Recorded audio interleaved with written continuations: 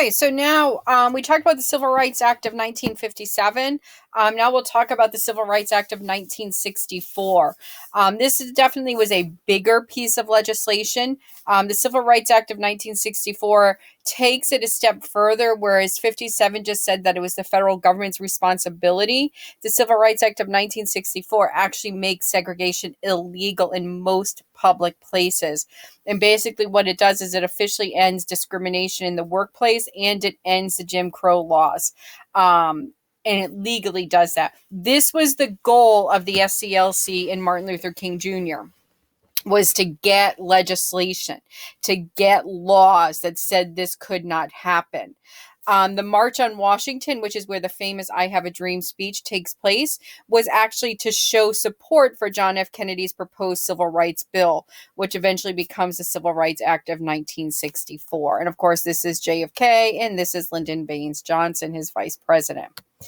And again, this is an image of the mall in Washington, D.C. at the March on Washington in 64. And of course, Martin Luther King Jr.'s famous speech, where he says, I have a dream that my 4 children will one day live in a nation where they will not be judged by the color of their skin, but by the content of their character. Probably one of the most famous quotes in American history, or at least modern American history. When you start to think about whether or not the civil rights movement was truly effective, it's quotes like that you have to look at.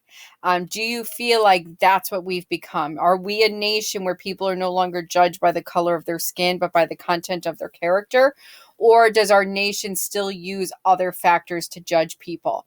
And when you're trying to assess the significance or the whether or not the civil rights movement was effective, that you do have to think about that. That is a very important thing to think about. Of course, you also have the Edmund Pettus Bridge in Selma, Alabama. The movie Selma, which I really hope you guys have seen.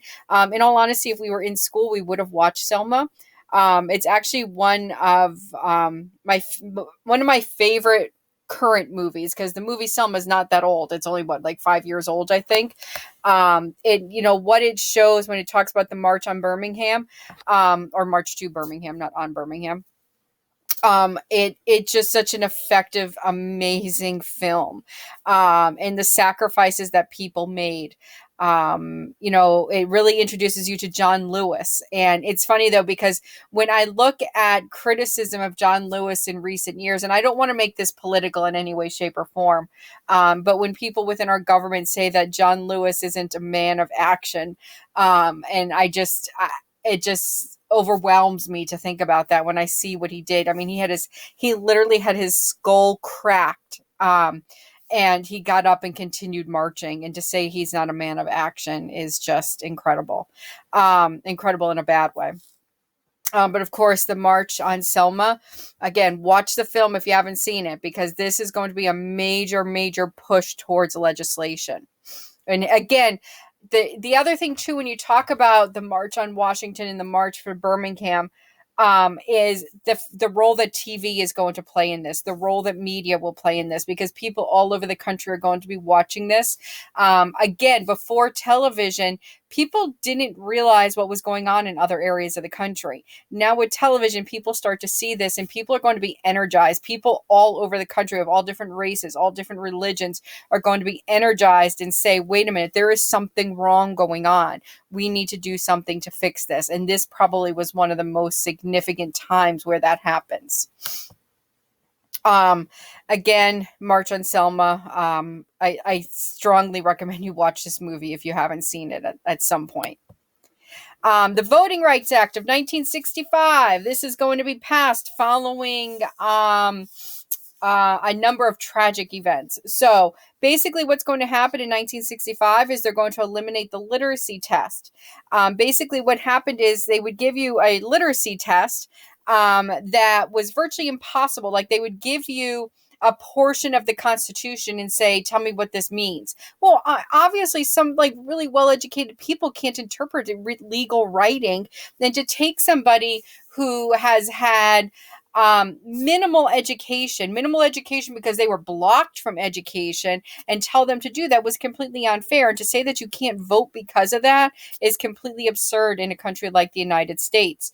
So the Voting Rights Act will eliminate the literacy test and poll taxes that stopped people from voting. And of course, this is going to happen after Bloody Sunday, which was on Edmund Pettus Bridge. President Johnson will propose the new legislation, the new Voting Rights Act. So again, like I said, watch Selma to get a better idea of what the Voting Rights Act was about. The 24th Amendment eliminates poll taxes or fees paid in order to vote. The Voting Rights Act and the 24th Amendment end all barriers to voting. And of course, that's something that people talk about today also. Affirmative action. This comes along in the late 1960s. Minorities and women could be given preference in college admissions and job opportunities in an attempt to compensate for previous inequities. Affirmative action is something that still exists today, and it's something that's still sometimes controversial. And it's something to think about as you move forward about the effectiveness of the civil rights movement, and did affirmative action do what we thought it was going to do? Why affirmative action? This is going to happen because of California Regents versus Bakke.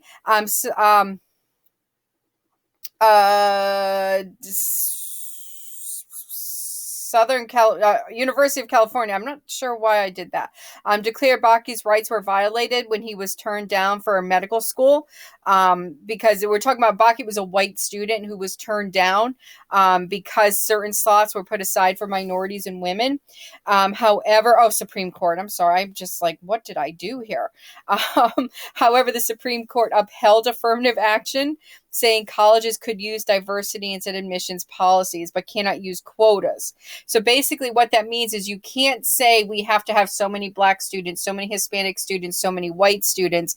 You can't say that, but you can use affirmative action. You can use race and gender as a final decision-making point. So again, that's why affirmative action exists and why it still continues to exist today.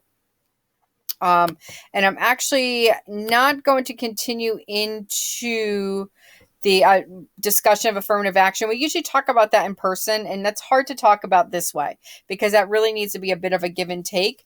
And it's something to consider too with those of you who are planning on going to college next year, what the role of affirmative action could play in that. Steps taken to eliminate voting. Again, some of the major things that happened: the 13th, 14th, and 15th Amendments were the amendments that occur after the Civil War. One, they make slavery unconstitutional. They define what an American citizen is. Then the 15th Amendment says that voting rights are given to all male citizens regardless of race. 19th Amendment, women are added in. 24th Amendment eliminates poll taxing. And finally, the Voting Rights Act of 1965 basically says that you cannot stop somebody from voting because of literacy tests, and allowed federal registration of voting. All right, so that's the path to making sure everybody has the right to vote. Some other significant names just to mention, and I sort of hate talking about people out of context, but I do want to mention some other major players in the civil rights movement. Shirley Chisholm, she was the first Black woman elected to Congress. She was in the House of Representatives. Again, incredibly significant in this movement in the role that she's going to play. And what happened? That's not what I wanted to do. Jesse Jackson. Jesse Jackson, of course, he's still alive today. He was a civil rights activist and Baptist minister. He was a candidate for Democratic presidential nominee in 1984 and 1988. He was not the nominee, but he was really the first major African-American man to be on that stage. He was present when Martin Luther King Jr. was assassinated. Here he is standing next to him. He's one of the most influential Black leaders in our country for a very long period of time. Some other notable names, people that you've probably heard of. The Hidden Figures, of course, that sort of brought Katherine Johnson, Mary Jackson, and Dorothy Vaughan to the forefront. Again, Hidden Figures because they were people that nobody really thought of for a very long period of time. Charles Drew helped to create better blood storage that helped us in World War II as far as health is concerned. Jesse Owens, we talked about him in the when we talk about the rise of Hitler in Germany. Mae Jemison was the first African American astronaut and woman in space. Muhammad Ali, of course, you can't forget him, and he plays such a significant role in the civil rights movement, particularly too because he was also a conscientious objector when it came to the Vietnam War. And then Doris Miller. He's the guy that very famously picked up the gun during the movie Pearl Harbor. He was played by Cuba Gooding Jr., if you remember. Even though he had no training in how to fight, he still decided, I'm going to do what I can. And he ended up being rewarded for that. And of course, more recently, we see other issues that have happened, the emergence of the Black Lives Matter, Trayvon Martin, and so on. Again, this is where you have to start to think about the effectiveness of the civil rights movement. Did all of the work that happened in the 50s and 60s, even into the 70s, was it effective in the end? Have we in the modern day, in the 21st century, did justice to the work, to the sacrifices of the civil rights leaders, or the leaders of the SCLC and the leaders of SNCC, the people that died in the Freedom Summer? And I didn't even talk about the Freedom Summer here. It's a whole other issue we could have talked about. The people, the people that were beaten as they were trying to cross the Edmund Pettus Bridge on Bloody Sunday. Did we do them justice? And that's something that you need to think about as you're working on your discussion board. Okay, I think these videos came out a little better than they did in the past. This last video, I know I jumped around a little bit.